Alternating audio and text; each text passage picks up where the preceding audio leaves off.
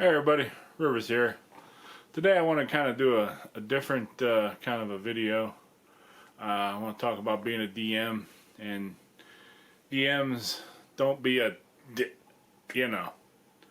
because I was a horrible DM back in the early 90s.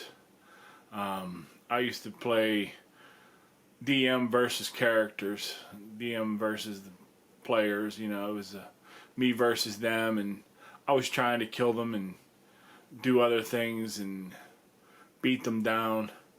And it was, I don't know if they were having fun. They must have been having fun because they went along with it for a long time. But I was not a great DM. I was a terrible DM. And just to rehash some of that, I had characters in AD&D, first edition AD&D. I didn't follow the rules. I broke the rules because I didn't believe that an elf couldn't level up as high as a human. Stuff like that. Stuff like makes sense, I thought anyway. But in this, I had players that would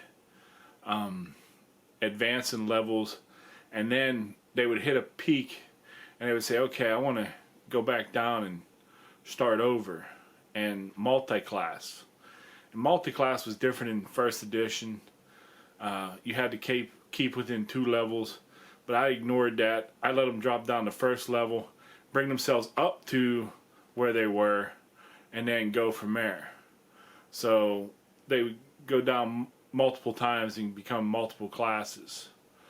But I did this with a couple guys, and they would drop down, come back up, and I never told the other players that what the other couple guys were doing.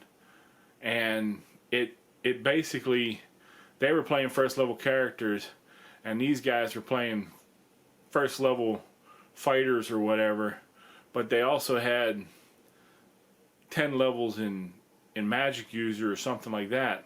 So they had all the hit points that they could draw from the pool, but they couldn't drop into they couldn't draw, their skills and their class skills and stuff like that. So, but these guys would come in and get killed or just about killed, and the other guys wouldn't because they had a bunch of hit points.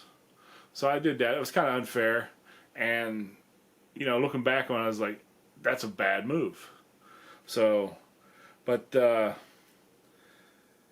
other part that I did too was I would kill or wound or maim characters. I even went so far as to have another player, or another player, but kind of another person we knew, play as an NPC and play as a torturer. And I would torture the PCs. I would let him go and torture the PCs. And this guy was out there whenever he did torturing. I mean, he would describe stuff that you wouldn't think of and stuff that shouldn't be done, but we did that.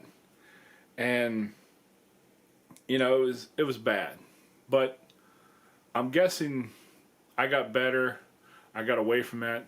Even up until a few years ago, I would let if you didn't make it to the game, I would not run your character.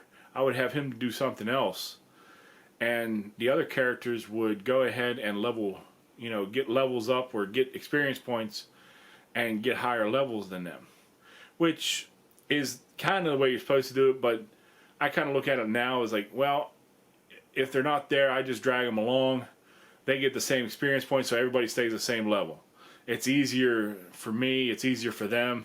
Everybody's 1 level, everybody's 10th level or whatever. So they go up and experience that way. But I would punish characters for not being there. Punish the characters for the players not being there. So I think that's wrong. So, but like I said, I was a horrible DM, and I think I'm better now. We have 11 PCs in our campaign right now, and they seem to like it because they keep coming back for more. And right now they're 19th level, and they're chomping at the bit to play again so they can get to 20th level and hit epic level status. We're playing 3.5. I do play 5, but I don't DM it. It's one of those things where we've been on a slow curve to get to 5e, and now in a couple years 5e is probably going to change, but that's beside the point. But I'm just saying, as a DM, you don't want to play versus characters. You don't want to torture the characters, and just don't be it, because don't be a horrible DM, because I was. And to my players that have stuck with me for 30 years, I apologize. I appreciate you guys, and I'm sorry for putting you through that. I'm hoping moving forward we can still have fun. Like I said, they've been with me for 30 years now, or 30 plus years, and we've been playing, and we still have fun.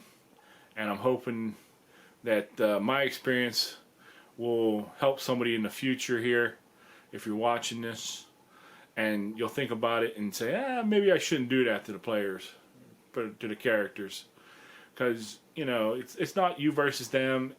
Everybody's there to have fun, and you don't want to stomp on anybody's toes. I mean, you gotta keep it real. Characters die.